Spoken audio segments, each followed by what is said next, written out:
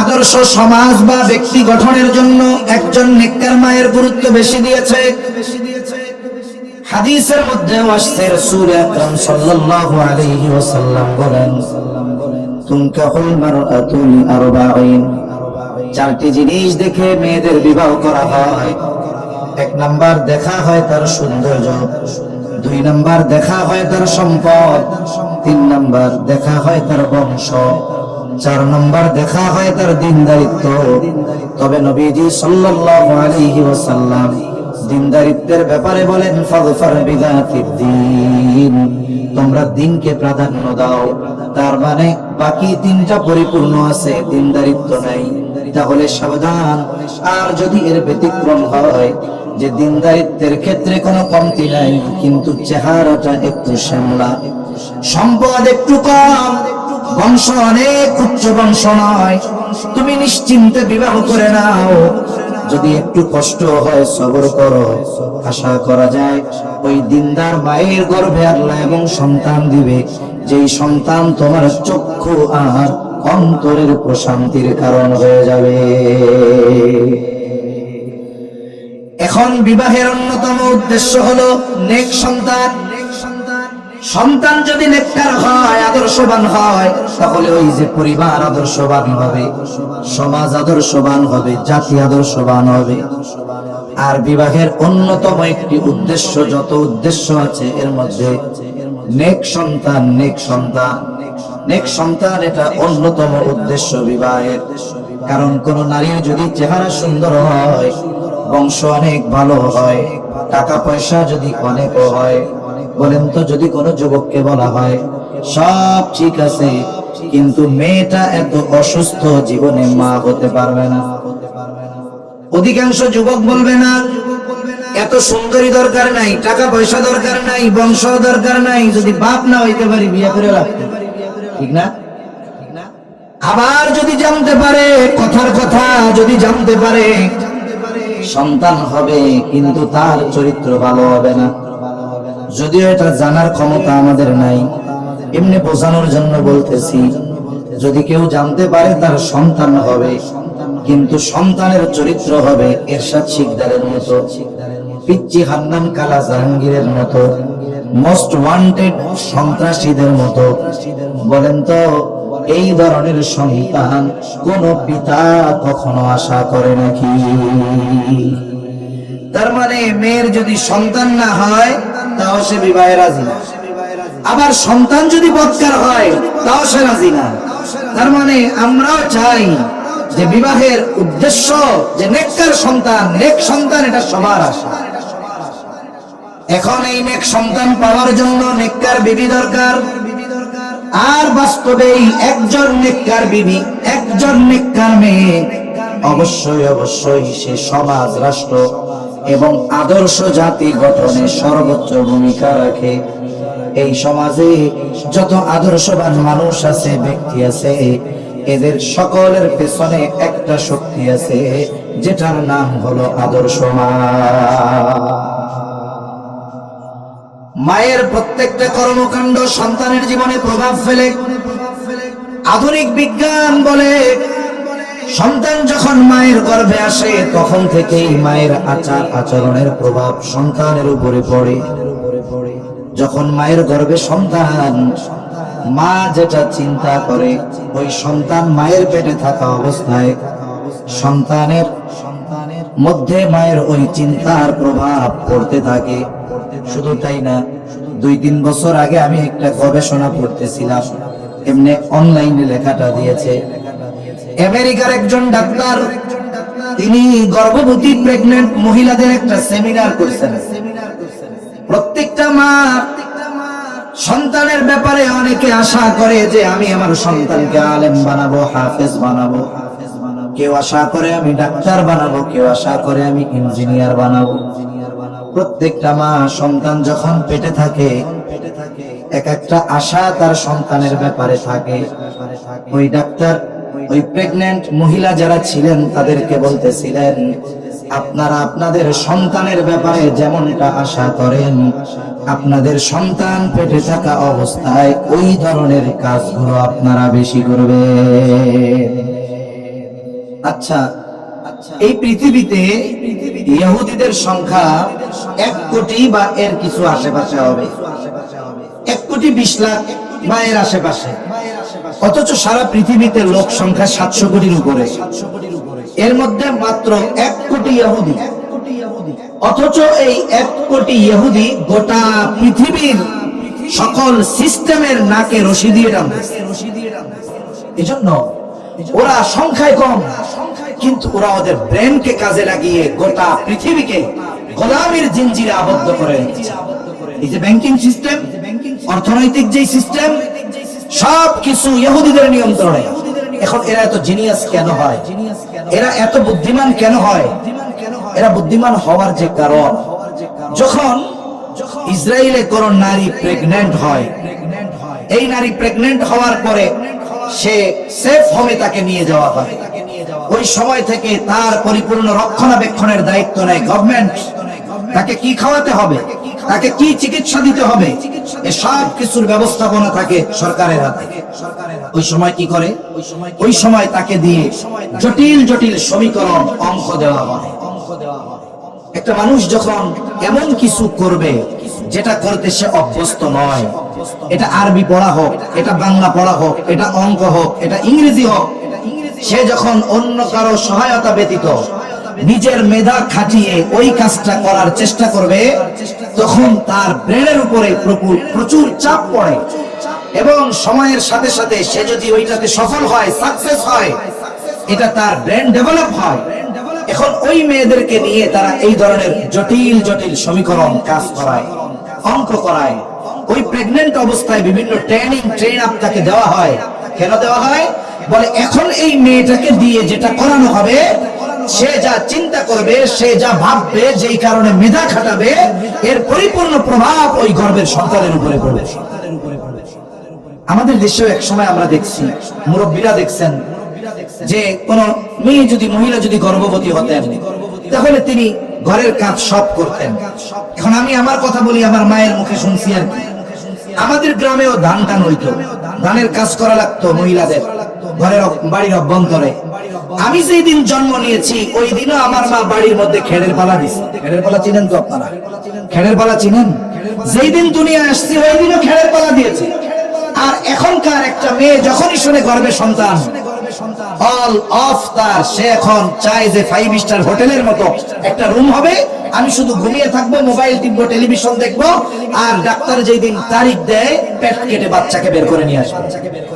এখন বলেন, এই মেয়ে বসে আছে এইভাবে, সে না করে দিনের কোনো কাজ, না করে জাগতিক কোনো জটিল কাজ, যার ফলশ্রুতিতে কি হয়, যে বাচ্চাগুলো দুনিয়া এখন আসতেছে, না আছে দিনদারিত্বের ব্যাপারে গুরুত্ব, দিনই পরিবেশে থাকলে ভিন্ন কথা, না আছে সে শক্তি সামর্থ্য, না আছে ভালো কোনো কাজ করতে পারে, না পারার পেছনে অন্যতম কারণ হলো মায়েদের অলসতা।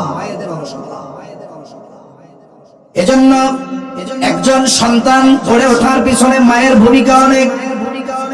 প্রসিদ্ধ এক ঘটনা আছে, হযরত ওমর রাদিয়াল্লাহু তাআলা আনহুর কাছে এক ব্যক্তি গিয়েছে, তার সন্তানের ব্যাপারে অভিযোগ, খলিফাতুল মুসলিমিন, আমার সন্তান আমার হক আদায় করে না, আপনি একটু বলে দেন। হযরত ওমর রাদিয়াল্লাহু তাআলা আনহু ছেলেটাকে বলতেছে, কি ব্যাপার, তুমি কেন তোমার বাবার হক আদায় করো না? এইবার ওই ছেলেটা পাল্টা প্রশ্ন করে বলে, খলিফাতুল মুসলিমিন, হক কি শুধু পিতা সন্তানের কাছে পায়? সন্তান কি পিতার কাছে কোনো হক পায় না? হযরত ওমর রাদিয়াল্লাহু তাআলা আনহু কয়েকটি গুরুত্বপূর্ণ হকের কথা বলেছেন।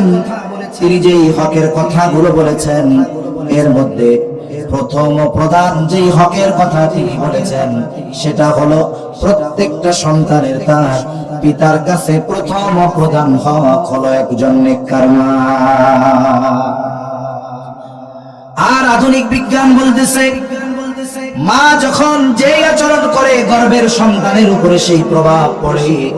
ওই যে ডাক্তারের কথা বলতেছিলাম, উনি তখন প্রেগন্যান্ট মহিলাদেরকে বললেন, শোনো, তোমরা যদি চাও তোমার সন্তান গায়ক হবে, কেউ যদি চাও তোমার সন্তান অভিনেতা হবে, এক কথায় তুমি যেমনটা তোমার সন্তানের ব্যাপারে চাও তুমি তেমনটা করো। তুমি বেশি বেশি গান শুনলে তোমার সন্তানের কণ্ঠ সুন্দর হবে, গায়ক হবে। তুমি যদি বেশি রিসার্চ করো, এর প্রভাব তোমার সন্তানের মধ্যে পড়বে। এখন বলেন তো, গান শুনলে যদি গায়ক হয়, অভিনয় দেখলে যদি অভিনেতা হয়, আমি আপনি যদি সন্তান যার করবে, সে যদি কোরআন তিলাওয়াত করে সন্তান পেটে থাকতে বেশি বেশি দুরূদ পড়ে ইস্তেগফার করে করা যায়, ওই সন্তানের মধ্যে এই বিষয়গুলোর প্রভাব পড়বে কি পড়বে না? তাহলে কি হলো? মায়ের গর্ভে থাকতেই আদর্শ মানুষ হওয়ার জন্য যা দরকার তার প্রভাব তার মধ্যে পড়তে থাকলো। এজন্যই আধুনিক সায়েন্স এটাও বলে, মায়ের গর্ভে যখন বাচ্চাকে আল্লাহ তাআলা শ্রবণ শক্তি দেয়, ওই সময়টাতে মা যে কথা বলে সেটাও সে শুনতে পায়। আবার মা যে কথাগুলো অন্যর কাছ থেকে শুনে, অন্যের ওই কথাগুলো গর্ভের সন্তান শুনতে পায়। তাহলে মায়ের গর্ভে সন্তান মায়ের কথা শুনে, মা যদি কোনো কিছু শ্রবণ করে সেটাও সন্তান শুনতে পায়। তাহলে সন্তানকে যদি আদর্শ সন্তান হিসাবে করতে হয়, এই প্রস্তুতি বিবাহ থেকে নিয়ে শুরু হবে। মায়ের গর্ভে সন্তান যখন আসবে, মাকে সতর্কতার সাথে জীবনযাপন করতে হবে। আশা করা যায় মায়ের এই কর্ম চিন্তা, এইগুলার প্রভাব ওই সন্তানের মধ্যে পরিলক্ষিত হবে। আমরা একটা ঘটনা শুনতাম মাঝে মধ্যে, আগে ছোটবেলায় ওয়াজেও শুনছি। কুতুবউদ্দিন বখতিয়ার কাকি রহমাতুল্লাহি আলাইহির ব্যাপারে বলা হয় যে উনি যখন বড় হয়েছেন, 5-6 বছর বয়স, ওনার মা ওনাকে নিয়ে গেছে মাদ্রাসায় প্রাথমিক শিক্ষা দেওয়ার জন্য। স্বাভাবিকভাবে কোন প্রতিষ্ঠানে যদি কোনো ছাত্র কোন ক্লাসে ভর্তি হতে যায়, ওস্তাদরা একটু সাময়িক পরীক্ষা নেয়, কারণ সে যে অন্য জায়গায় পড়ে আসছে, সে কতটুকু কি পারে, তাকে কোথা থেকে শুরু করতে হবে, এই বিষয়টা সুনিশ্চিত হওয়ার জন্য পরীক্ষা দেওয়া হয়। এইবার ওস্তাদের কাছে ভর্তি করার জন্য নিয়ে গেছে। ওস্তাদ একটু পরীক্ষা করতে চায় যে সে কি পারে, তাকে কোথা থেকে শেখানো যায়। ওস্তাদ শুরু করেছে, আউযু বিল্লাহি মিনাশ শাইতানির রাজীম, বিসমিল্লাহির রহমানির রহিম। বাচ্চাও পড়ছে, আউযু বিল্লাহি মিনাশ শাইতানির রাজীম, বিসমিল্লাহির রহমানির রহিম। সূরা ফাতিহা থেকে শুরু করতেছে। ওস্তাদ এক আয়াত পড়ছে, আলহামদুলিল্লাহি রাব্বিল আলামিন। এইবার কুতুবউদ্দিন বখতিয়ার কাকি ছোট মানুষ, উনিও তিলাওয়াত শুরু করে দিয়েছে। ওস্তাদ তো চিন্তা করছে সূরা ফাতিহার প্রথম আয়াত বলার পরে আমি দ্বিতীয় আয়াত বলবো, কিন্তু দেখা গেল বাচ্চা থামে না, একাধারে তিলাওয়াত করতেছে তো করতেছে। একটানা 18 পারা তিলাওয়াত করবার পর উনি ওনার তিলাওয়াত থামায়া দিয়েছেন। ওস্তাদ বলতেছে, কি ব্যাপার, আপনি নিয়ে আসছেন আলিফ বা তাসা শেখানোর জন্য, আপনার ছেলে দেখে 18 পারার হাফেজ, এখন আপনি কি ছেলেকে এগুলো মুখস্থ করিয়েছেন কিনা? বলে না, করি নাই। আপনি কি হাফেজা কিনা? উনি বলে, আমি পরিপূর্ণ হিফজ শেষ করতে পারি নাই, 18 পারা আমি হিফজ করেছি। সন্তানকে এগুলো শুনিয়েছেন? বলে, আমি ওই রকম শুনাই নাই, তবে আমি তিলাওয়াত করছি। কেমনে? বলে, আমার সন্তান যখন আমার করবে, আমি যে কত শতবার সে ভূমিষ্ঠ হওয়ার আগ পর্যন্ত এই 18 পারা তিলাওয়াত করেছি, আমার এর কোনো হিসাব নাই। এরপরে সে দুনিয়ায় এসেছে, আবার আমার পবিত্রতার পরে আমি যে কত হাজার বার 6 বছর বয়স পর্যন্ত তাকে শুনাইছি, হিসাব নাই। দুধ পান করাইছি, কোরআন তিলাওয়াত শুনিয়েছি। এইবার ওস্তাদ বলতেছে, হ্যাঁ, তাহলে আপনার তিলাওয়াত শুনে শুনে হয়তো আপনার সন্তান 18 পারার হাফেজ হয়ে গেছে। এটা অসম্ভব কোনো কিছু নয়। কয়েক বছর আগে একটা খবর গোটা পৃথিবীব্যাপী আলোড়ন সৃষ্টি করেছিল। সম্ভবত আলজেরিয়ার একটা সন্তান, ছোট বাচ্চা, 3-4 বছর বয়স, মায়ের কোলে চড়ে থাকতো। মা কোরআনুল কারীমের যেই জায়গা থেকে, যেখান থেকেই একটা দুইটা শব্দ বলে দিত, ওই ছোট বাচ্চা সাথে সাথে এরপর থেকে তিলাওয়াত শুরু করে দিত। এই আধুনিক জামানায় যদি একজন মায়ের সন্তান এমন হতে পারে, আর ওই সময়ের মায়েরা কেমন ছিলেন এটা তো বলার অপেক্ষা রাখে না। তাহলে মায়ের তিলাওয়াত শুনে শুনে 18 পারার হাফেজ হয়ে যাওয়া এটা বড় কোনো ব্যাপার নয়। যেটা বোঝানোর জন্য বললাম, দেখুন কুতুবউদ্দিন বখতিয়ার কাকি রহমাতুল্লাহি আলাইহির অবদান মানবতার জন্য, ইসলামের জন্য কত বেশি। বলে এই ভিত, এই বুনিয়াদ স্থাপিত হয়েছে মায়ের থেকে, ঠিক কিনা বলেন? এজন্য ব্যক্তি বলেন, পরিবার বলেন, সমাজ বলেন, আর রাষ্ট্র বলেন, সব জায়গায় আদর্শ মানুষ, সমাজ, রাষ্ট্র গঠনে অন্যতম অবদান হলো একজন নারী। এটা অস্বীকার করার কোনো সুযোগ নাই। ইসলাম নারীদের এই অবদানকে অস্বীকার করে না। এজন্যই তো ইসলাম নারীদেরকে সর্বোচ্চ সম্মান দিয়েছে।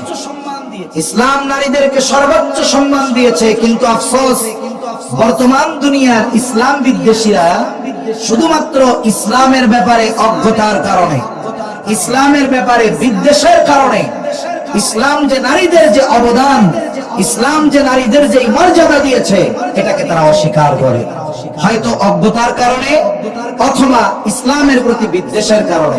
এখন আসেন, আদর্শ সমাজ বলেন, রাষ্ট্র বলেন, জাতি বলেন, আদর্শ সমাজ, রাষ্ট্র, জাতি গঠনে নারীদের যেই ত্যাগ, নারীদের যেই অবদান, বলেন তো অস্বীকার করার কোন সুযোগ আছে?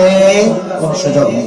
ইসলাম এটাকে স্বীকার করে এবং আমরাও স্বীকার করি যে আদর্শ সমাজ, রাষ্ট্র গঠন করতে হলে আদর্শ মা দরকার। আদর্শ মা যদি না হয় আদর্শ মেয়ে হবে না। আদর্শ মা যদি না হয় আদর্শ সন্তান হবে না, ছেলে হবে না। আদর্শ সমাজ আর রাষ্ট্র কখনো হবে না। এই অবদান আমরা অস্বীকার করি না, স্বীকার করি। এখন আসেন দ্বিতীয় বিষয়ে, যেটা ইসলামে নারীদের মূল্যায়ন কতটুকু। মানুষ আলোর কদর তখনই করতে পারে যদি তার অন্ধকারের ব্যাপারে জানা থাকে। যে অন্ধ, দুই চোখে কিছুই দেখে না, সে আলোর কদর বুঝবে না, কারণ তার গোটা হায়াতটাই অন্ধ। কারণ সে তো আলো দেখে না, যার কারণে সে আলোর কদর বুঝবে না। কিন্তু যে অন্ধকারের ক্ষতির ব্যাপারে জানে, অবশ্যই অবশ্যই সে আলোর কদর করবে। ইসলাম নারীদের ব্যাপারে কেমন এটা বোঝার জন্য আগে জানতে হবে ইসলাম পূর্বকালীন সময়ে নারীর অবস্থা কেমন ছিল। যারা ইসলাম বিদ্বেষী তাদের এগুলো জানা দরকার। ইসলাম পূর্বকালীন সময়ে নারীর অবস্থা কেমন ছিল। আসুন, একটা নারীর কয়েকটা পরিচয় হয়। এক নাম্বার, একজন নারী সর্বপ্রথম কারো কন্যা হয়। কন্যা হিসাবে জাহেলিয়াতের সময় বা ইসলাম পূর্বকালীন সময় একজন নারীর অবস্থা কেমন ছিল। আল্লাহ তাআলা কোরআনুল কারীমের মধ্যে জানায় দেন, وَإِذَا بُشِّرَ أَحَدُهُم بِالْأُنثَىٰ ظَلَّ وَجْهُهُ مُسْوَدًّا وَهُوَ كَظِيمٌ। সামাজিকভাবে নারী যখন কন্যা হইতো, কন্যা হিসাবে নারীর অধিকার সমাজে কেমন ছিল। ইসলাম পূর্বকালীন সময় আল্লাহ তাআলা কোরআনুল কারীমের মধ্যে বলেন, যখন তাদেরকে কন্যা সন্তানের সুসংবাদ দেওয়া হতো, যাল্লা ওয়াজহুহু মুসওয়াদ্দান ওয়া হুয়া কাযীম, এই সুসংবাদ দেওয়ার সাথে সাথে, কন্যা সন্তানের সুসংবাদ দেওয়ার সাথে সাথে তাদের চেহারাটা কালো মলিন হয়ে যাইত। তারা নিজেদেরকে সমাজের সবচাইতে লাঞ্ছিত, অপমানিত ব্যক্তি মনে করত। এইভাবে ঘুমটা দিয়ে হাঁটতো, এইভাবে কেন? চেহারা দেখাইতে চাইতো না। কেন? তাই মেয়ে হয়েছে এই জন্য। অনেকের তো চিন্তা থাকতো এই মেয়েকে জিন্দা দাফন করতে হবে, মেরে ফেলতে হবে, নাইলে মুখ দেখানো যাবে না। একটা মানুষের এই জীবনের সবচাইতে বড় অধিকার হলো বেঁচে থাকা। অথচ জাহেলিয়াতের সময়ে যখন কন্যা, সে তখন বেঁচে থাকার অধিকার পাইত না। কেন কন্যা সন্তানদের হত্যা করা হতো? কয়েকটি কারণ ইতিহাসে পাওয়া যায়। এক নাম্বার, সামাজিক লজ্জা। যে কন্যা সন্তান হওয়াটাকে তারা লজ্জার কারণ মনে করত, সমাজে মুখ দেখাতে পারত না, ডেকে ডেকে আনতো। তাহলে সামাজিক লজ্জার কারণে কন্যা সন্তানকে তারা হত্যা করত। দুই নাম্বার, অপমানের ভয়ে সন্তানকে তারা হত্যা করত, কন্যা সন্তানকে। কন্যা সন্তান হওয়াটা তারা নিজেদের জন্য অপমান মনে করত।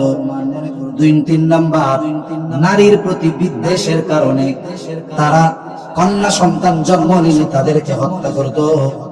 অনেক সময় রিজিকের ভয়ে কি খাওয়াবে কি পরাবে এই ভয়ের কারণে তারা হত্যা করত।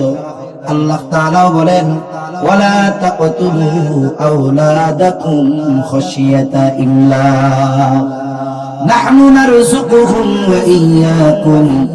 আল্লাহ তাআলা বলেন, ওয়ালা তাকতুলু আওলাদাকুম খাশিয়াতা ইমলাক। এই যে খাবারের ভয়ে খাবার দেওয়া লাগবে, আবার খাওয়ানো লাগবে, এই কারণে এই ভয়ে তোমরা সন্তানদের হত্যা করো না। আল্লাহ তাআলা বলেন, নাহনু নারযুকুহুম ওয়া ইয়্যাকুম। তাদের রিজিকও আল্লাহ দেয়, তোমাদের রিজিকও আল্লাহ তাআলা দেয়। এই যে রিজিকের ভয়ে, খাওয়ানোর ভয়ে, লালন পালন প্রতিপালনের ভয়ে সন্তানদের হত্যা করতে নিষেধ করেছেন কে?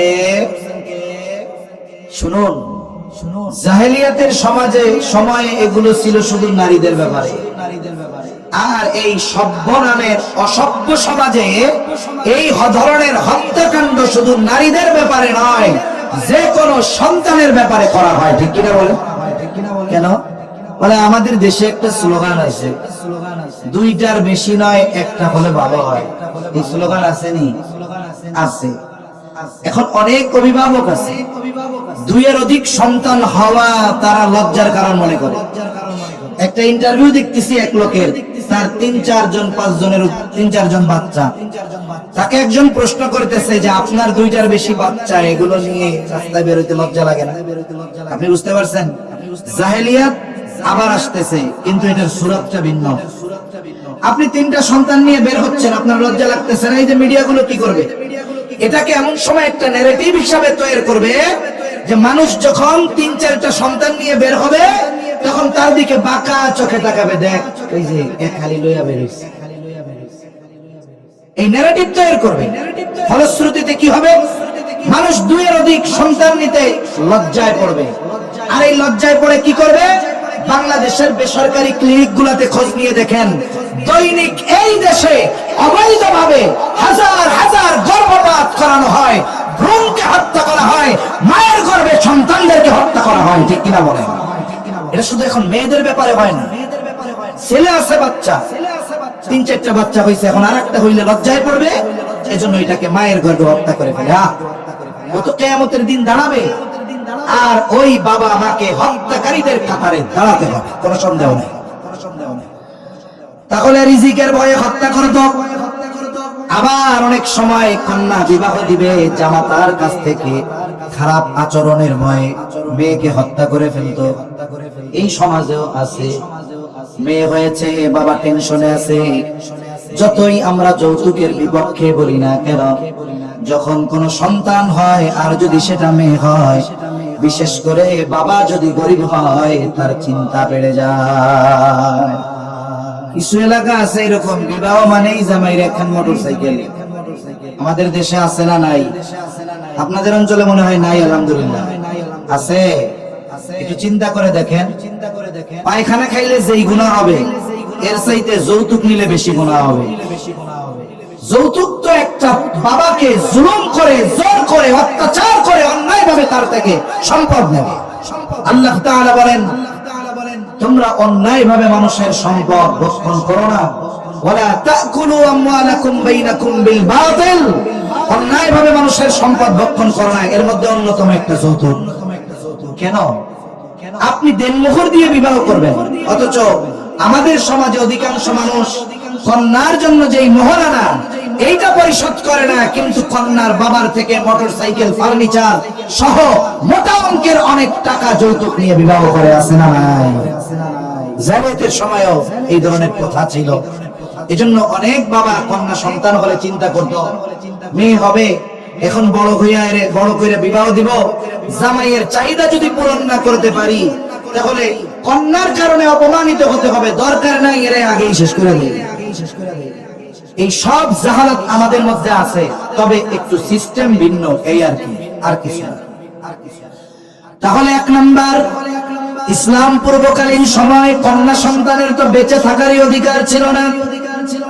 এখন আসুন, এই কন্যার যখন কোথাও বিবাহ হয়, সে হয় কারো না কারো স্ত্রী হিসাবে।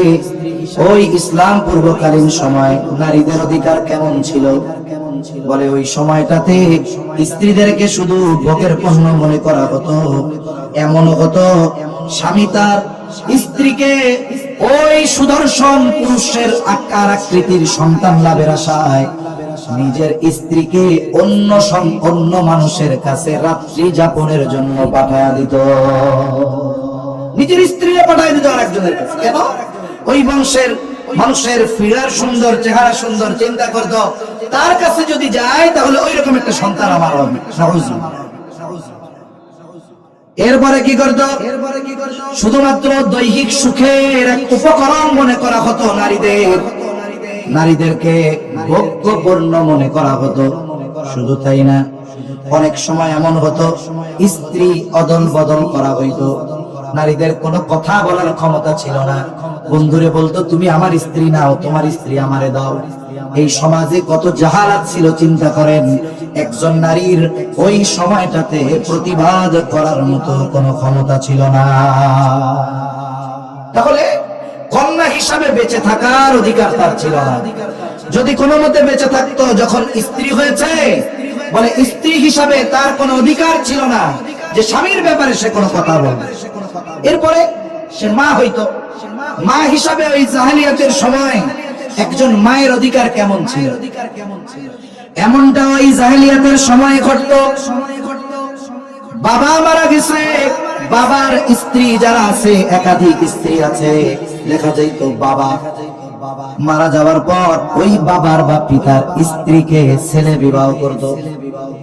কতটা জাহেলিয়াত ছিল চিন্তা করেন।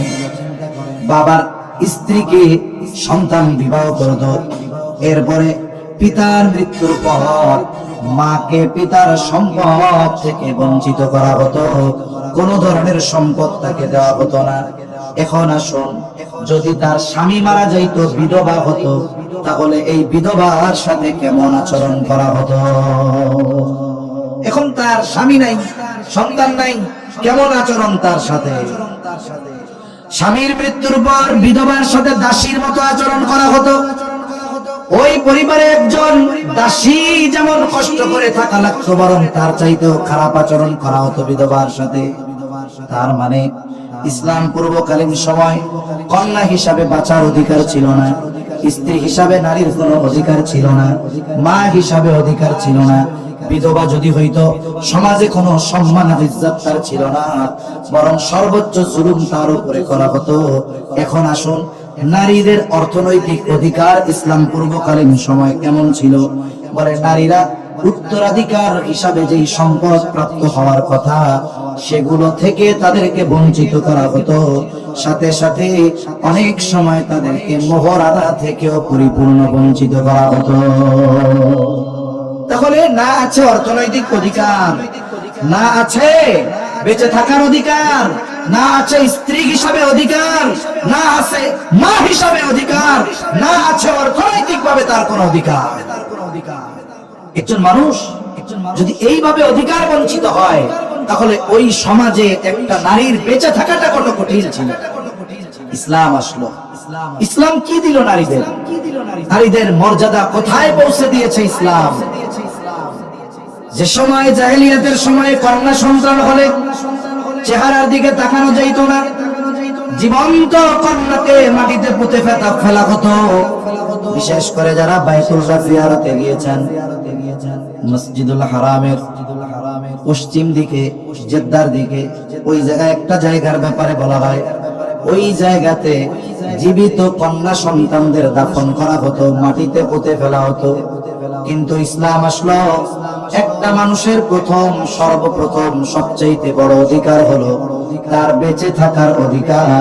আর ইসলাম এই পৃথিবীর প্রত্যেকটা মানুষকে বেঁচে থাকার পরিপূর্ণ অধিকার দিয়েছে। জাহেলিয়াতের সময় এই কন্যা সন্তান হত্যা করা ছিল স্বাভাবিক, আর ইসলাম নারীকে দিয়েছে নিরাপত্তা, বেঁচে থাকার অধিকার।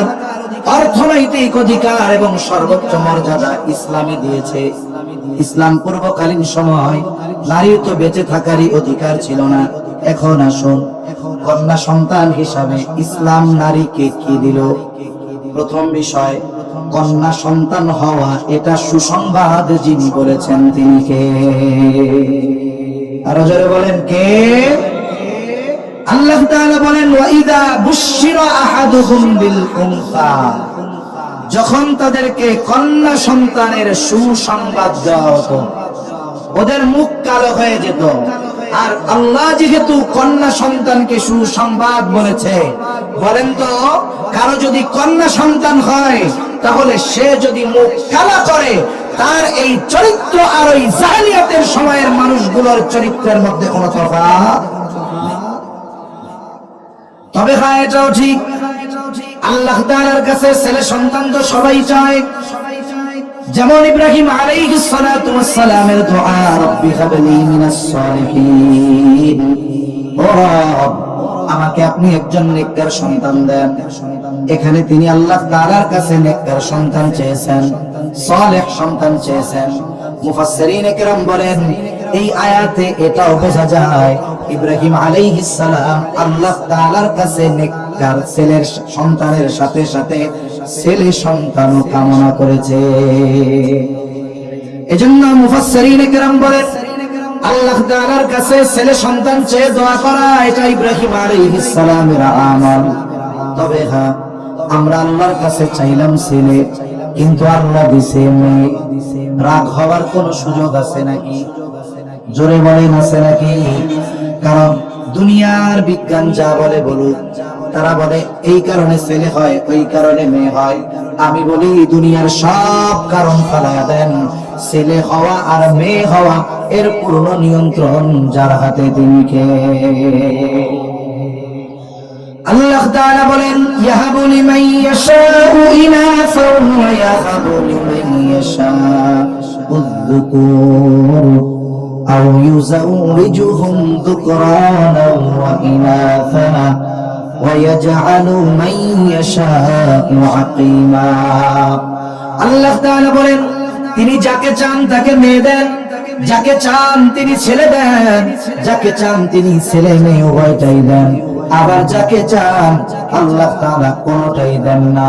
তার মানে ছেলে হোক বা মেয়ে হোক, এটা দুনিয়ার কোনো মানুষের নিয়ন্ত্রণে নাই, বরং ছেলে হোক কিংবা মেয়ে হোক এটার নিয়ন্ত্রণ যার হাতে তিনি কে?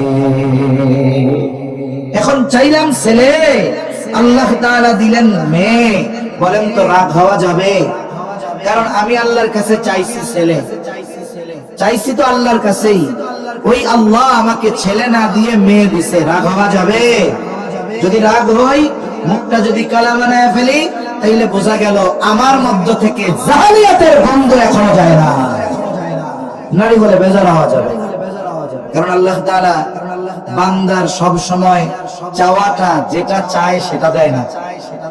বান্দা যখন আল্লাহর কাছে চায়, এই চাওয়াগুলো অনেক সময় আল্লাহ তাআলা পরিবর্তন করে দেয়। বান্দা চাইছে একটা, বান্দারে আল্লাহ দিছে আরেকটা। কেন? কারণ আমি যেটা চেয়েছি ওইটার মধ্যে কল্যাণ আছে না নাই আমি তো জানি না, জানে কে?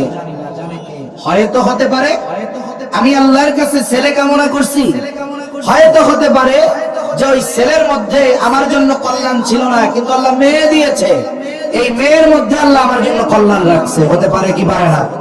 এজন্য যেই সমস্ত বিষয়ের নিয়ন্ত্রণ একমাত্র আল্লাহ তাআলার হাতে, খবরদার, যেহেতু ফয়সালা আল্লাহর হাতে, ওই ধরনের কোন বিষয়ে কোন মুমিন ইমানদার মুখ কালা করতে পারে না, নারাজ হতে পারে না, বরং আল্লাহর পক্ষ থেকে যেটা আসে, যেটা ফয়সালা হয়, সে সন্তুষ্ট চিত্তে মেনে নেয়। এখন আসেন, মেয়ে হইলে লাভ কি আছে? ইমানদার সব সময় চিন্তা করে আখিরাতের লাভ। রাসূল আকরাম সাল্লাল্লাহু আলাইহি ওয়াসাল্লাম জানায় দেন, কন্যা সন্তানকে যত্ন সহকারে লালন পালনকারী 3 ধরনের পুরস্কার। কয় ধরনের? জোরে বলেন।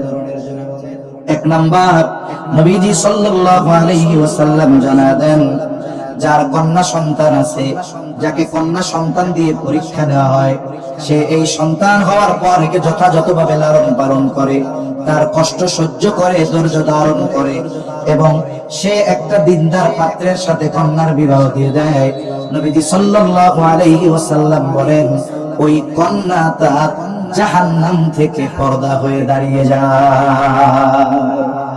জাহান্নাম থেকে অন্তরায় হবে ওই কন্যা সন্তান। তাহলে এক নাম্বার, কন্যা সন্তান হলো জাহান্নাম থেকে মুক্তির অন্যতম কারণ, যদি কন্যা সন্তানকে যথাযথ লালন পালন করা যায়। এখন কেউ যদি চিন্তা করে মেয়ে তো হইছে, তাহলে জাহান্নাম থেকে তো পয়সাই গেছি, তাহলে এর সিনেমার নায়িকা বানায় দেয়, তাইলে হবে? তাকে দ্বীনের উপরে লালন পালন করতে হবে, দ্বীন শেখাতে হবে। কন্যা হইছে এই কারণে অধৈর্য হওয়া যাবে না, তাকে তুচ্ছতাচ্ছিল্য বোঝা মনে করা যাবে না, অবহেলা আর অযত্ন করা যাবে না। যদি একটু সবর করে আল্লাহ তাআলা তখন এই কন্যাকে তার জাহান্নাম থেকে মুক্তির কারণ হিসাবে কবুল করবেন, নবীজি বলেছেন। এরপরে নবীজি সাল্লাল্লাহু আলাইহি ওয়াসাল্লাম বলেন, এই কন্যা তার জান্নাত লাভের কারণ হবে। নবীজি সাল্লাল্লাহু আলাইহি ওয়াসাল্লাম বলেন, মান আনা জারিয়াতাইন দাখালতু আনা ওয়া হুয়াল জান্নাহ কাহাতাইন ওয়া আশারা বিআসমাই। নবীজি সাল্লাল্লাহু আলাইহি ওয়াসাল্লাম বলেন, যেকে দুইটা সন্তান, দুইটা কন্যা সন্তান আছে, যার দুইটা কন্যা সন্তান, নবীজি বলেন আমি আর সে জান্নাতের মধ্যে একত্রে থাকবো। কেমনে? পাশাপাশি। এই যে দুইটা আঙ্গুল যেমন পাশাপাশি অবস্থান, নবীজি সাল্লাল্লাহু আলাইহি ওয়াসাল্লাম এই দুই আঙ্গুল ইশারা দিয়ে বুঝায় দিলেন, ওই দুই কন্যার অভিভাবক আর আমি জান্নাতে ওই রকম পাশাপাশি থাকবো। তবে কি? কন্যাকে ওইভাবে গড়ে তুলতে হবে, দ্বীনের উপরে গড়ে তুলতে হবে, দ্বীন শেখাতে হবে, দ্বীনদার পাত্রের সাথে পাত্রস্থ করতে হবে, বিবাহ দিতে হবে। তাহলে যেই অভিভাবক, হোক সে পিতা, হোক সে ভাই, সে জান্নাতে কার সাথে থাকবে? নবীজির সাথে। নবীর সাথে থাকার কি সুযোগ!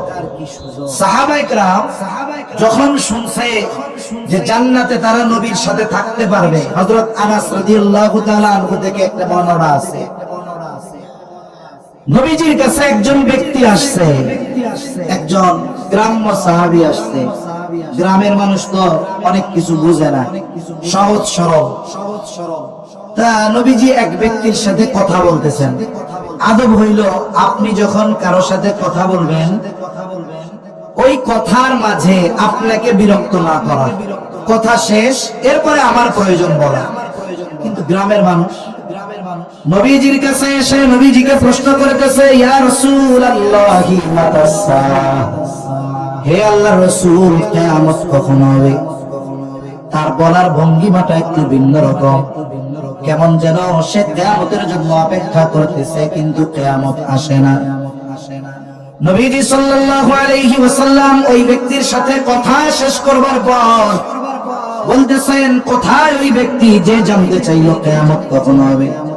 লোকটা বলে, আনা ইয়া রাসূলুল্লাহ, হে আল্লাহর রাসূল, আমি জানতে চাইছি।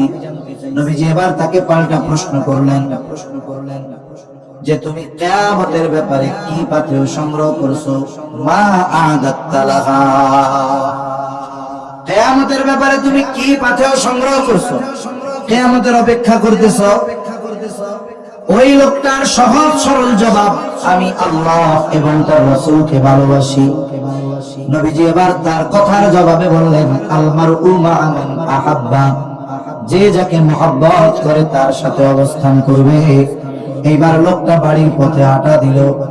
হযরত আনাস রাদিয়াল্লাহু তাআলা আনহু বলেন, নবীজির মুখে এই কথা শুনবার পর আমরা এত খুশি হয়েছি যে ইসলাম গ্রহণের পরে আর কোন কথায় আমরা এতটা খুশি হই না।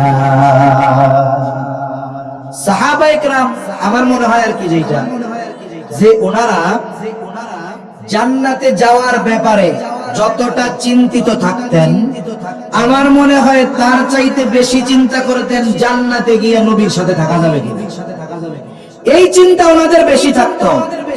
না হলে আনাস রাদিয়াল্লাহু তাআলা আনহু এই কথা বলেন পরে আমরা আর কোন কথায় এত খুশি হই নাই যত খুশি এই কথার পরে হয়েছি যে আমরা জান্নাতে নবীর সাথে অবস্থান করতে পারবো। সুবহানাল্লাহ। সেই নবীর সাথে জান্নাতে থাকার সুযোগ এখনো আমাদের আছে। বিভিন্ন হাদিসে ফজিলতের কথা বলা হয়েছে। ইয়তীমের যে অভিভাবক হবে, আনা ওয়া কাফিলুল ইয়তীম কাহাতাইনি ফিল জান্নাহ, নবীজি বলেন আমি আর ইয়তীমের অভিভাবক জান্নাতে থাকবো, পাশাপাশি অবস্থান করব। ওই রকম দুই আঙ্গুল ইশারা দিয়ে নবীজি দেখায় দিয়েছেন যে এই দুইটা আঙ্গুল যেমন পাশাপাশি, আমি আর ইয়তীমের অভিভাবক ওই রকম জান্নাতে পাশাপাশি অবস্থান করব। সুবহানাল্লাহ। তাহলে কি হলো? শুধু জান্নাতে যাওয়া যাবে নারীর কারণে, কন্যার কারণে তা নয়, বরং জান্নাতে গিয়ে নবীজির সাথে থাকার সুসংবাদ। সুবহানাল্লাহ। একটা গল্প মনে পড়ছে, শোনাই আপনাদের।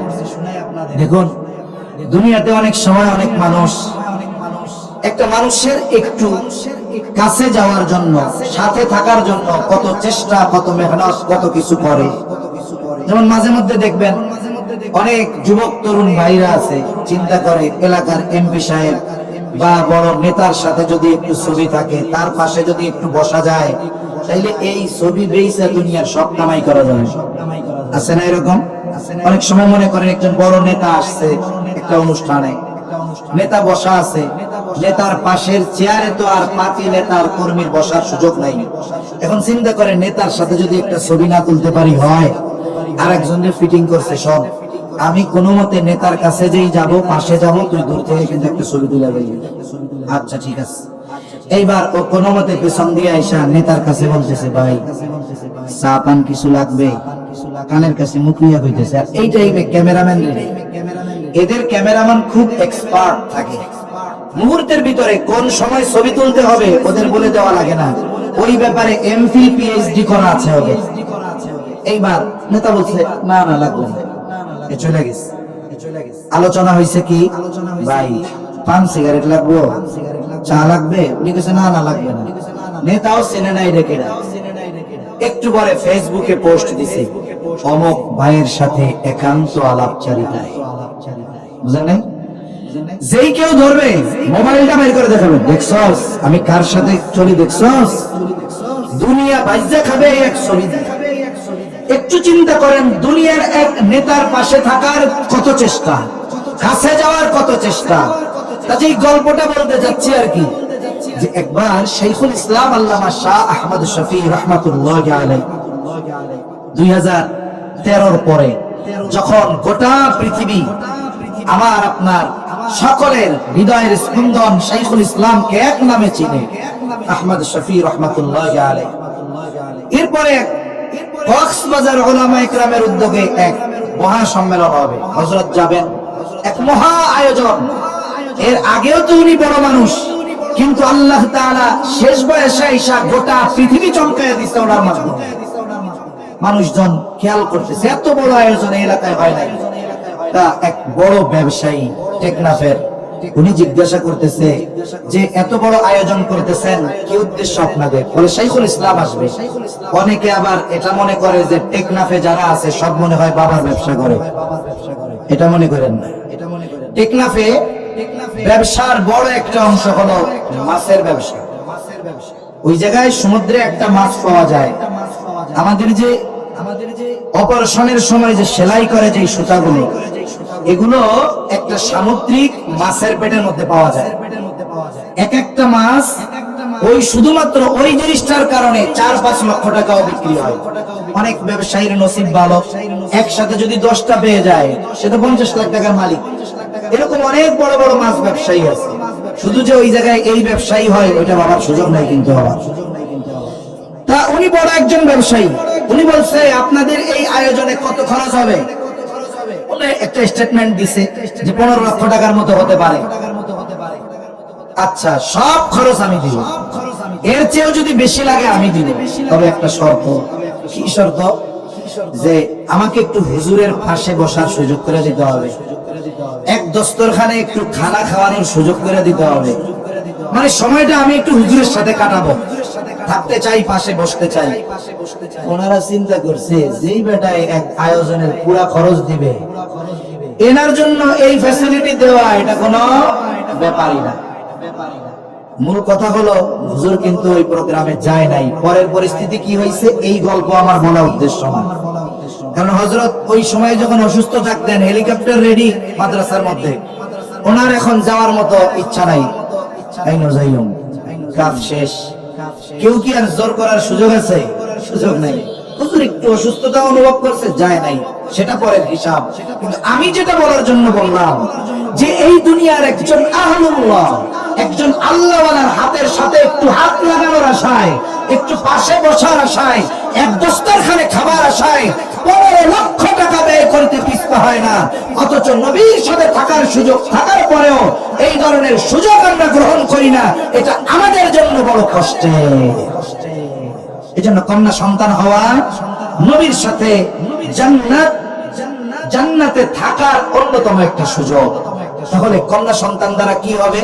যদি একে আমরা বোঝা মনে না করি, এর ব্যাপারে যদি একটু সবর করি, একে যদি একটু দিন শেখাই, একে যদি একটা দিনদার পাত্রের হাতে তুলে দেই, জাহান্নাম থেকে অন্তরায় হবে, জান্নাতে যাওয়া যাবে এবং নবীজির সাথে জান্নাতে থাকা যাবে। সুবহানাল্লাহ।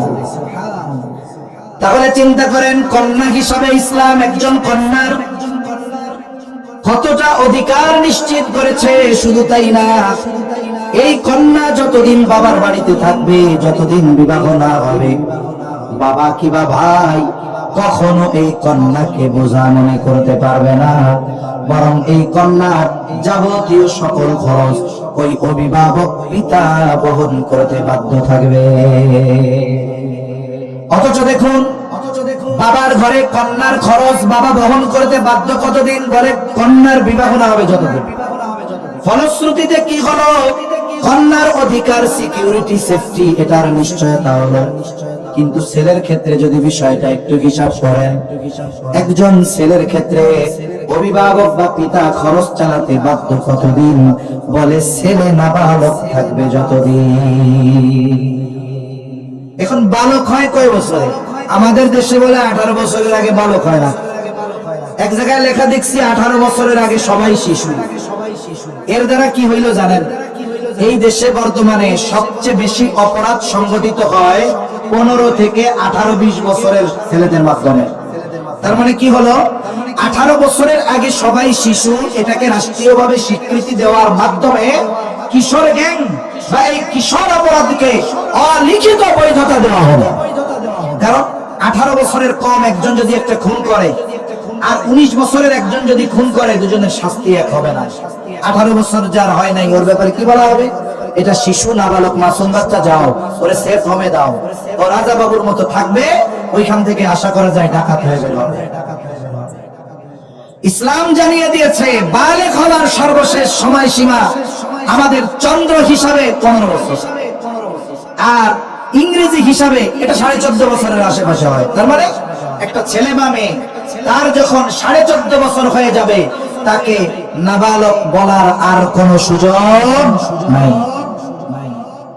তাহলে একটা ছেলের যখন 14.5 বছর হয়েই যাবে, বাবা যদি বলে তোমার খরচ চালাতে পারবো না, এই কথা বলার অধিকার বাবার আছে। কিন্তু কন্যার যতক্ষণ বিবাহ না হবে, বয়স যদি 25 হয়ে যায়, বাবা এই কথা বলতে পারবে না যে আজকে থেকে তোমার খরচ চালাতে পারবো না। বাবার ঘরে হিসাব অনুযায়ী ছেলের চাইতে মেয়েকে ইসলাম অধিকার বেশি দিয়েছে। এরপরে মেয়ের বিবাহ হবে।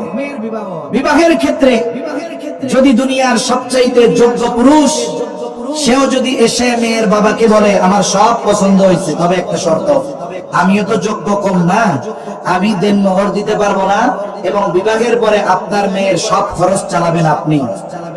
বিবাহ দিবে কেউ? উল্টা লাঠি নিয়ে পিটানি দিয়ে তবে ভাগলে এখান থেকে বিয়ে করতে হয়েছে। তার মানে বিবাহের সময় দেনমোহর দেওয়া লাগবে এবং এই স্বামীকে এই ব্যাপারে ওয়াদাবদ্ধ হতে হবে যে বিবাহ পরবর্তীকালীন সময় থেকে নিয়ে তার অধীনে সে যতদিন থাকবে এই মেয়ের সকল খরচ বহন করতে সে বাধ্য। ঠিক কিনা বলে? এর আগে আরেকটা বিষয় আছে তো, আমাদের দেশে যদিও ইসলাম বলেছে, আল্লাহ বলেছেন অভিভাবকদের যে তোমরা তোমাদের অধীনস্থ বিবাহ উপযুক্ত যারা তাদের বিবাহ দিয়ে দাও, ছেলে হোক বা মেয়ে হোক। নির্দেশটা কার? জোরে বলেন না কার? আরো জোরে বলেন কার? আল্লাহ। এই বক্সের আওয়াজটা আরো ছাড়েন, আরো বাড়ান।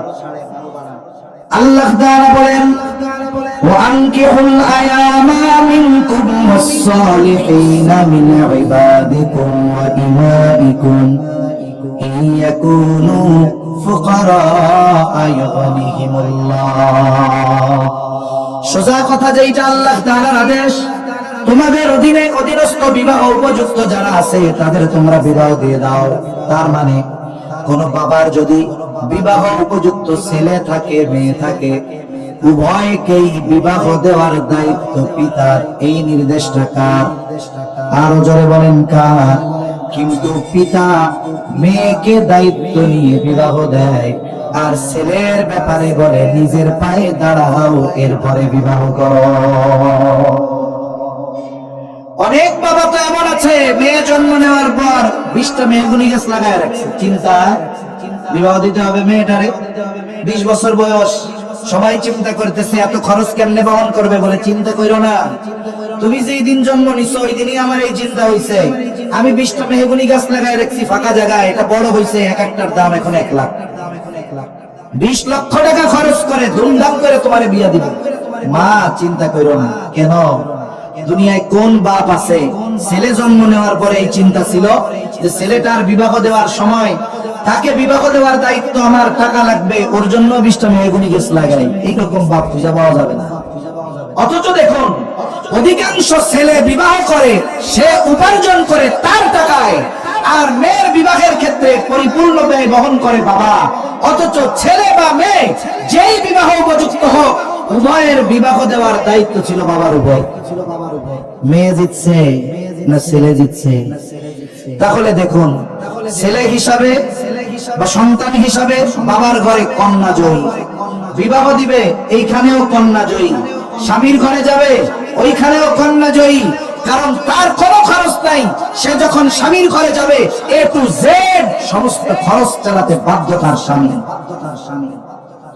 এরপরে তার বাবা মারা গেল, বলেন তো বাবার সন্তানের সম্পদে কন্যার হক আছে না নাই? একটা সময় জীবনের এক পর্যায়ে স্বামী মারা গেল, বলেন তো স্বামীর সম্পদে স্ত্রীর হক আছে না নাই? যদি কারো জীবনে এমন অঘটন ঘটে যায় যে তার সন্তান তার সামনে মারা গেছে, এমনটা যেন কারো না হয়। যদি মারা যায় ওই সন্তানের সম্পদে মায়ের হক আছে না নাই? ইসলাম নারীকে ঠকায় নাই, বরং ইসলাম নারীকে কন্যা হিসেবে জিতিয়েছে। ইসলাম নারীকে স্ত্রী হিসেবে জিতিয়েছে, তার অধিকার সুপ্রতিষ্ঠিত করেছে। এখন তার জীবন ঠিক মতো চলছে, স্বামী মারা গেল, এখন তার সন্তানেরা আছে। আর আল্লাহ তাআলা স্পেশাল ভাবে আয়াত নাযিল করে ওই মা বাবা সকল প্রয়োজন পূরণের দায়িত্ব আল্লাহ তাআলা সন্তানকে দিয়ে দিয়েছে। গোটা হায়াতে একটা নারীর সেফটি সিকিউরিটি কত বেশি। আচ্ছা বলেন তো, এই দেশের সবচাইতে সম্মানজনক ব্যক্তি যে, মর্যাদাপূর্ণ ব্যক্তি যে, বলেন তো তার সিকিউরিটি সবচাইতে বেশি না কম? সবচেয়ে বেশি সিকিউরিটি তার প্রেসিডেন্ট যিনি, ওনার কমপক্ষে 5 স্তরের নিরাপত্তা বলয় থাকে, এটা আমরা দেখতে পারি না। উনি সবচাইতে বেশি সিকিউরিটি পান। আমাদের দেশের প্রধান উপদেষ্টা যিনি, উনি সবচাইতে বেশি সিকিউরিটি পান। কেন? উনি এলাকার সবচাইতে মোস্ট মর্যাদাপূর্ণ ব্যক্তি আমাদের হিসাবে, এজন্য উনি এই সিকিউরিটি পান। অথচ দেখুন যদি ডক্টর ইউনূসকে বলা হয় কেন আপনি না স্বাধীনতার পক্ষে, এক কাজ করেন একেবারে খালি রিকশায় কোন সিকিউরিটি ছাড়া আপনি ঘুরে বেড়ান, উনি জীবনেও আসবে না। আসবে? উনি বলবে আমার সম্মান নিরাপত্তা কোনো কিছুর নিশ্চয়তা নাই, আমি যাব না।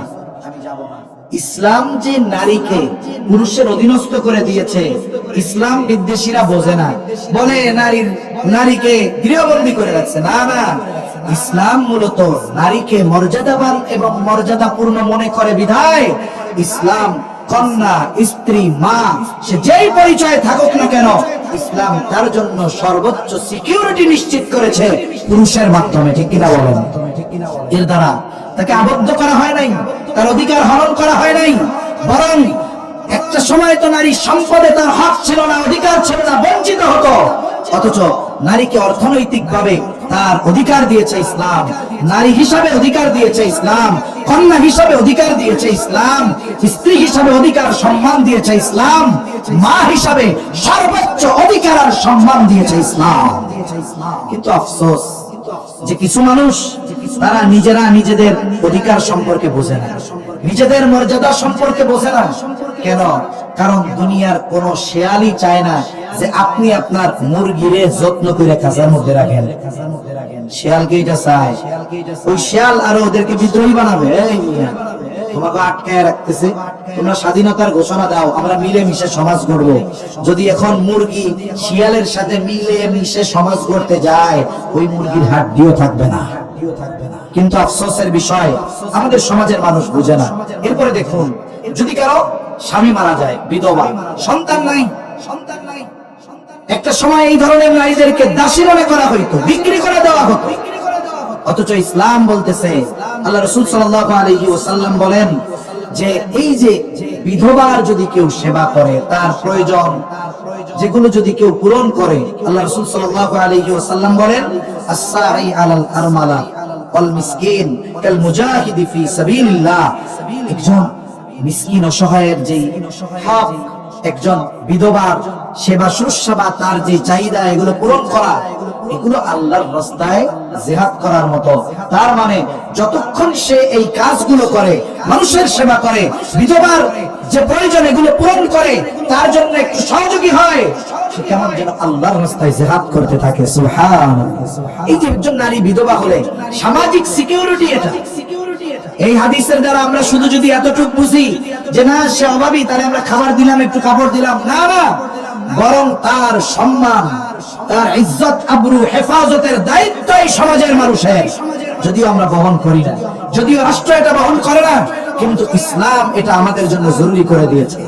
সেজন্য সম্মানিত উপস্থিতি, এই সমাজে যদি একজন নারী একেবারে একাও হয়ে যায়, তার যদি কেউ নাও থাকে, তার সিকিউরিটি, নিরাপত্তার পরিপূর্ণ বিধান ইসলামই প্রতিষ্ঠা করেছে। ঠিক কিনা বলেন? মর্যাদার দিক দিয়ে, নিরাপত্তার দিক দিয়ে, অর্থনৈতিক দিক দিয়ে, সব দিক দিয়ে ইসলাম নারীকে সর্বোচ্চ প্রায়োরিটি দিয়েছে। কিন্তু আফসোস, আমাদের সিস্টেম, আমাদের সমাজ ব্যবস্থা আমাদের নারীদেরকে পরিপূর্ণ দিন না বুঝতে দিয়ে, অথবা কিছু ইসলাম বিদ্বেষীদের চক্রান্তে মনে করে বা অপব্যাখ্যার মাধ্যমে এই কথা দুনিয়াব্যাপী বলা হয় যে ইসলাম যখন ক্ষমতায় আসবে বা ইসলাম নারীদেরকে ঘরে আবদ্ধ করে ফেলছে, তাদের স্বাধীনতা হরণ করেছে। বাস্তবে এটা নয়, বরং ইসলামী নারীদেরকে সম্মান, মর্যাদা আর নিরাপত্তার সাথে মাথা উঁচু করে বেঁচে থাকার ব্যবস্থা একমাত্র যেই জীবন দর্শন, জীবন ব্যবস্থা করেছে, এটার নামই হলো ইসলাম। ঠিক কিনা বলেন? সম্মানিত উপস্থিতি, আমার কথা শেষ। দুইটা বিষয়। এক নম্বর, আমরা যদি আদর্শ জাতি করতে চাই, আদর্শ মানুষ ছাড়া তো আদর্শ সমাজ হবে না, আদর্শ সমাজ ছাড়া তো আদর্শ জাতি হবে না। তার মানে আদর্শ মানুষ যদি করতে চাই, আদর্শ সমাজ যদি করতে চাই, আদর্শ রাষ্ট্র যদি করতে চাই, নিঃসন্দেহে এইখানে সর্বোচ্চ অবদান থাকবে আমাদের মায়েদের। এজন্য আমরা আমাদের কন্যাদেরকে ওইভাবে গড়ে তুলব যেন তারা এই আদর্শ সমাজ বিনির্মাণে সর্বোচ্চ ভূমিকা রাখতে পারে। দ্বিতীয় বিষয়, যে ইসলাম নারীর হক, নারীর অধিকার হনন করে নাই, নারীকে আবদ্ধ করে নাই, বরং ইসলাম শরীয়তের এই বিধানাবলীর মাধ্যমে নারী সম্মানিত, মর্যাদাপূর্ণ, সবচাইতে মূল্যবান হওয়ার কারণে ইসলাম তার অর্থনৈতিক বলেন, সামাজিক বলেন, পারিবারিক বলেন, সর্বোচ্চ সম্মান, নিরাপত্তা, সিকিউরিটির বিধান এবং এইগুলোর বাস্তবিক যেই প্রয়োগ, এটা একমাত্র যেই জীবন দর্শন করেছে সেটা হলো ইসলাম। এজন্য আমাদেরও কিছু বিষয় আছে, আমরাও সামাজিকভাবে অনেক সময় এগুলো না বোঝার কারণে আমরাও আমাদের ঘরের নারীদের সাথে অনেক সময় কঠোর আচরণ করি, খারাপ ব্যবহার করি। আমাদের এগুলো পরিহার করতে হবে। রাসূল আকরাম সাল্লাল্লাহু আলাইহি ওয়াসাল্লাম তার গোটা হায়াতে তার কোন সহধর্মিনীর গায়ে হাত তুলেন নাই। আয়েশা সিদ্দিকা রাদিয়াল্লাহু তাআলা আনহা বলেছেন, কোনদিন কোন স্ত্রীর গায়ে হাত তুলেন নাই। কিন্তু সমাজে অনেক মানুষ আছে নামাজ পড়ে, কিন্তু দেখা যায় তুচ্ছ কারণে স্ত্রীর গায়ে হাত তুলে, আছে না নাই? খবরদার, আমরা স্ত্রীদের, আমাদের সহধর্মিনীদেরকে সর্বোচ্চ মর্যাদা দিব।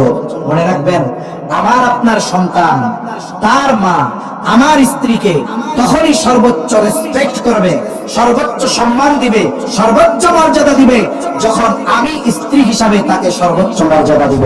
কারণ আমার সন্তান আমার থেকে রেসপেক্ট শিখবে, আমার থেকে আচরণ শিখবে।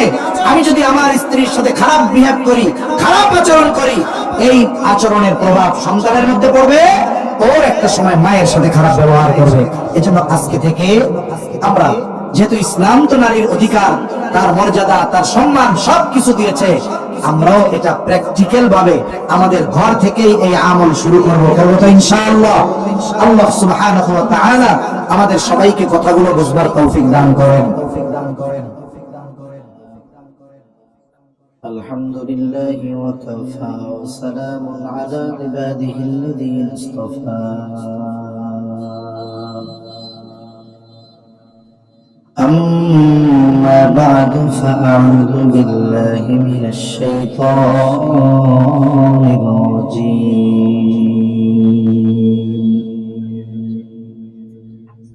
بسم الله الرحمن الرحيم.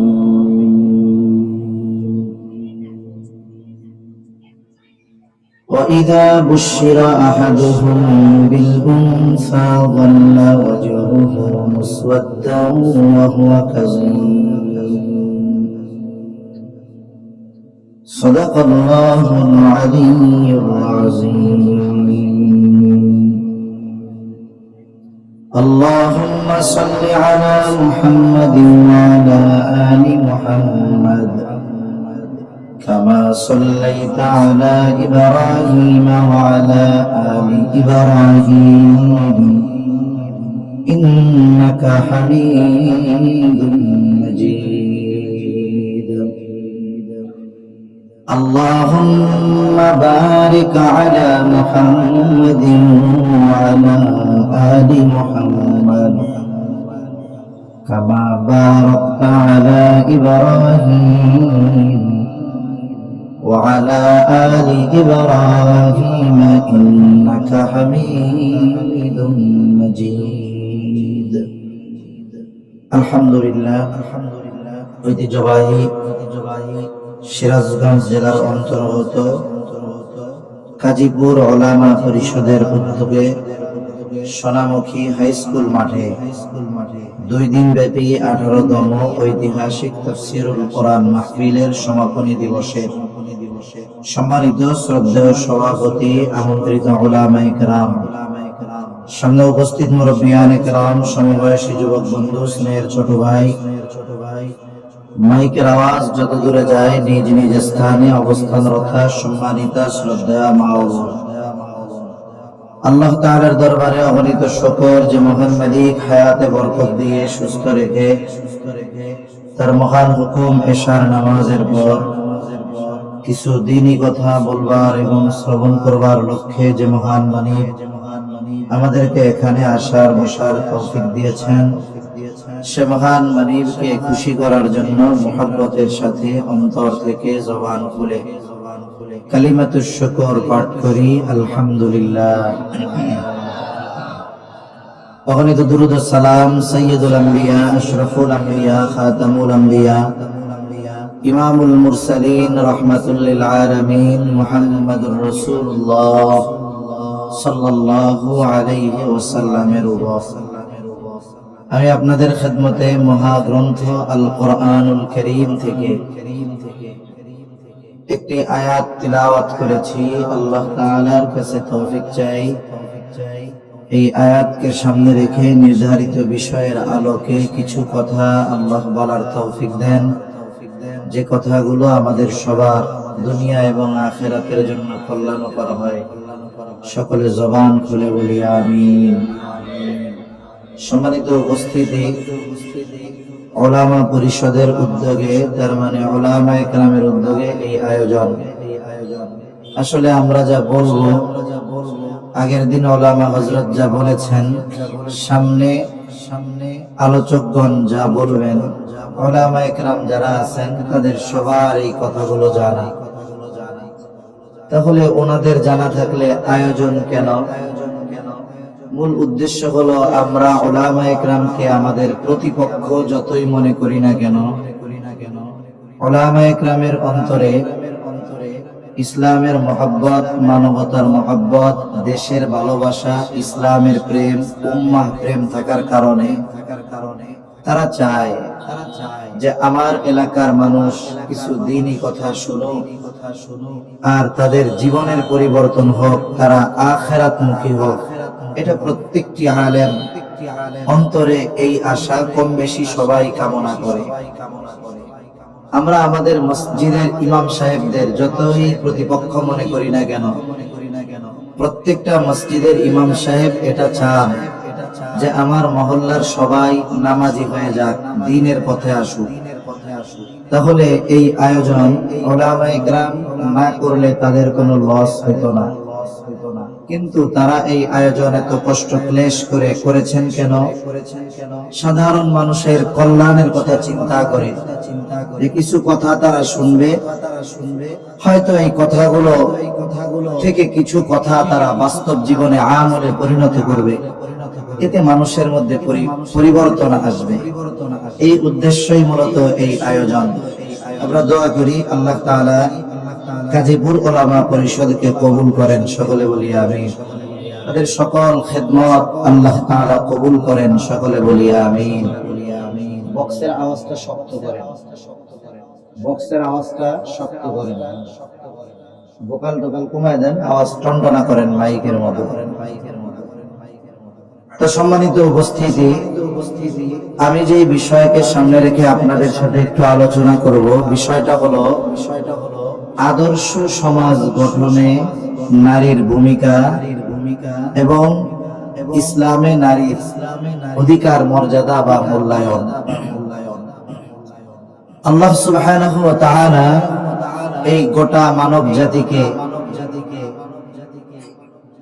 আদম এবং হাওয়া আলাইহিস সালাম এই দুইজনের মাধ্যমেই আল্লাহ তাআলা গোটা মানব সভ্যতার বিস্তৃতি ঘটিয়েছেন। আল্লাহ তাআলা কোরআনুল কারীমের মধ্যে বলেন, ইয়া আইয়ুহান নাসুত্তাকু রাব্বাকুমুল্লাযী খালাকাকুম মিন নাফসিন ওয়াহিদা ওয়া খালাকা মিনহা যাওজাহা ওয়া বাসসা মিনহুমা রিজালান কাসীরান ওয়া নিসাআ। আল্লাহ তাআলা বলেন, ইয়া আইয়ুহান নাসুত্তাকু রাব্বাকুম, হে মানব সম্প্রদায়, তোমরা তোমাদের রবকে ভয় করো। আল্লাহ তাআলা পৃথিবীর সব মানুষকে উদ্দেশ্য করে এই কথা বলেছেন, রবকে ভয় করো। কোন রব? আল্লাযী খালাকাকুম মিন নাফসিন ওয়াহিদা, যিনি তোমাদেরকে একটি প্রাণ থেকে সৃষ্টি করেছেন। আমাদের সবার সৃষ্টির মূল একটি প্রাণ থেকে। মা বাবা দুইজন থেকে আসছি, এটা পরের কথা, কিন্তু আমাদের মূল আল্লাহ তাআলা সৃষ্টি করেছেন একজন থেকে। মানুষের মূল কি? মানুষের মূল হলো তার রূহ। রূহবিহীন এই দেহের বা এই স্ট্রাকচারের কোনো দাম নাই। একটা ব্যক্তি যত সুন্দর হোক, শিক্ষাগত মর্যাদা তার যত বেশি হোক, বংশ যত উচ্চ হোক, পদ পদবী যত বড় হোক, বলেন তো দেহ থেকে রূহ বের হয়ে যাবার পর এই দেহটাকে মানুষ দুনিয়ায় সংরক্ষণ করে রাখবে? রাখবে না। রূহ হলো আমাদের মূল। আর হাদিসের মধ্যে আসছে, নবীজি সাল্লাল্লাহু আলাইহি ওয়াসাল্লাম বলেন, আল্লাহ তাআলা আদম আলাইহিস সালামের পৃষ্ঠদেশ থেকে, পিঠ থেকে কিয়ামত পর্যন্ত যত মানুষ আসবে, যত মানুষ আছে, যত মানুষ দুনিয়া থেকে চলে গেছে, আল্লাহ সকলের রূহ একত্রে আদম আলাইহিস সালামের পৃষ্ঠদেশ তথা পিঠ থেকে আল্লাহ বের করেছেন। তাহলে আমাদের রূহ হলো মূল। সকলের রূহ আল্লাহ কয়জন থেকে বের করেছেন? এজন্য আল্লাহ বলেন, খালাকাকুম মিন নাফসিন ওয়াহিদা, একটি প্রাণ থেকে আল্লাহ আমাদের সকলকে সৃষ্টি করেছেন। ওয়া খালাকা মিনহা যাওজাহা, وبث منهما رجالا كثيرا ونساء এরপরে আল্লাহ তাআলা বলেন আল্লাহ তাআলা তার থেকে তার জোড়া সহধর্মিণীকে আল্লাহ সৃষ্টি করেছেন। এবার তার সহধর্মিণী হলেন হাওয়া আলাইহিস সালাম। এবার এই দুই জনের মাধ্যমে আল্লাহ তাআলা বলেন ওয়াবাসসা মিনহুমা রিজালান কাসীরান ওয়া নিসাআ। আল্লাহ তাআলা এই দুইজনের মাধ্যমে গোটা পৃথিবীতে নারী পুরুষের এই বিস্তার আল্লাহ তাআলা ঘটিয়েছেন। তাহলে মূল সৃষ্টি একজন থেকে, আর গোটা পৃথিবীতে এই যে মানব বিস্তৃতি, এটা আল্লাহ তাআলা দুইজনের মাধ্যমে আল্লাহ তাআলা করেছেন। এটা আল্লাহর নিজাম।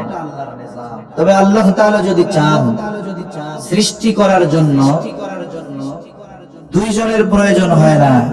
অস্তিত্ববিহীন থেকে যিনি সৃষ্টি দিতে পারেন, তিনি সৃষ্টি করার জন্য মায়ের পিতার দরকার হবেই, এটা লাগবে না। তবে আল্লাহ তাআলা একটা সিস্টেম রাখছেন। তবে আল্লাহ যদি চান এই সিস্টেমকে বাদ দিয়েও মানুষ সৃষ্টি করতে পারেন কি পারেন না। যেমন পৃথিবীতে আদম এবং হাওয়া আলাইহিস সালাম এই দুইজনের আগমনের পর দীর্ঘকাল ব্যাপী ওই নিজামে আল্লাহ তাআলা মানুষ পাঠিয়েছেন। মধ্যে আবার আমাদের কেমন যেন স্মরণ করায় দিলেন। এটা শুধু মনে করার সুযোগ নাই যে সন্তান হওয়ার জন্য মায়ের প্রয়োজন, পিতার প্রয়োজন, পিতা ছাড়া হবে না। আল্লাহ তাআলা ঈসা আলাইহিস সালামকে দুনিয়ায় পাঠিয়ে এটাও জানিয়ে দিলেন যে আমি আল্লাহ যদি চাই এই নিজামকে ব্রেক করে, নিয়মকে ভেঙে পিতাবিহীন মায়ের গর্ভে সন্তান জন্ম দিতে পারি। তাহলে মূল কথা যেটা, এই পৃথিবীতে মানব বিস্তারের অন্যতম মাধ্যম নারী পুরুষ, এটা আল্লাহ কর্তৃক নির্ধারিত। একজন পুরুষ একা চাইলেই সে বাবা হতে পারবে না, একজন নারী একা চাইলেই সে মা হতে পারবে না। তাহলে সর্বপ্রথম সমাজ গঠিত হয়, পরিবার গঠিত হয় দুইটা মানুষের মাধ্যমে কমপক্ষে। প্রথমে প্রত্যেকে ব্যক্তি, এরপরে নারী পুরুষ দুজনে মিলে হয় একটা পরিবার, এই পরিবার কয়েকটা মিলে হয় একটা সমাজ, অনেকগুলো সমাজ মিলে এক একটা ওয়ার্ড। এভাবে পর্যায়ক্রমে গোটা পৃথিবীর মানুষ, এর মূলে আছে ওই দুইজন। এখন আমি যে বিষয়টা নিয়ে বলবো, সমাজ তো গঠিত হবে, পরিবার তো গঠিত হবে, তবে যদি এই সমাজের মানুষের মধ্যে নীতি, নৈতিকতা, আদর্শ না থাকে, তাহলে ওই সমাজে মানুষের বসবাস করা কঠিন হয়ে যাবে। এজন্য আদর্শ সমাজ গঠনে, আদর্শ সমাজ বিনির্মাণে নারীর ভূমিকা কতটুকু। জাতি বলেন, সম্প্রদায় বলেন, সমাজ বলেন আর পরিবার বলেন, এই সব কিছুর মূলে আছে ব্যক্তি। তার মানে যেই সমাজের প্রত্যেকটা ব্যক্তি ভালো হয়ে যায়, ওই সমাজের মানুষ ভালো হয়ে যায়। আমরা অনেক সময় চিন্তা করি যে অমুকে ভালো না, আমি ভালো হব কেন? কিন্তু আমরা যদি চিন্তা করতাম আমি ভালো হব, এই চিন্তা যদি আমাদের সবার থাকতো, তাহলে আমি একা 10 জন মিলে তাহলে আমরা সবাই ভালো হয়ে যেতাম। তাহলে ব্যক্তি যদি ভালো হয়, পরিবার ভালো হবে। ব্যক্তি যদি আদর্শ হয়, পরিবার আদর্শবান হবে। পরিবার যদি আদর্শবান হয়, সমাজ আদর্শবান হবে। সমাজ যদি আদর্শবান হয়, দেশ ও জাতি আদর্শবান হবে। ঠিক কিনা বলেন? তাহলে আমরা যদি আদর্শ জাতি হতে চাই, আদর্শ দেশ গঠন করতে চাই, এর মূলে হলো ব্যক্তিকে ভালো হতে হবে। এখন একটা ব্যক্তি, সে নারী বা পুরুষ, সে ভালো হওয়ার পেছনে সবচেয়ে বড় অবদান জাগতিক দৃষ্টিকোণ থেকে কার থাকে? ইসলামে যেমন সন্তানকে আল্লাহ তাআলার পক্ষ থেকে অন্যতম নেয়ামত, সাথে সাথে আমানত বলে অভিহিত করা হয়েছে। সাথে সাথে এই আমানত কিভাবে গড়ে তুলতে হবে, এই ব্যাপারে ইসলাম সুস্পষ্টভাবে নির্দেশনা দিয়েছে। কারণ এই সন্তান যদি আদর্শবান হয় তাহলে সে আদর্শ ব্যক্তি হবে, তার মাধ্যমে আদর্শ পরিবার হবে, আদর্শ সমাজ হবে, আদর্শ জাতি হবে। এজন্য ইসলাম ব্যক্তিকে আদর্শের উপরে গড়ে তোলার জন্য গুরুত্ব আরোপ করেছে। আর এই গুরুত্বের মধ্যে সবচাইতে বেশি অবদান থাকে মায়ের। কেন? আধুনিক বিজ্ঞান বলতেছে যে একটা সন্তান সে তার চরিত্রের 90% পায় তার মায়ের থেকে। একটা সন্তানের চরিত্র গঠন হয় 90% তার মায়ের থেকে। বাবা ভালো খাওয়াতে পারে, বাবা ভালো পড়াতে পারে,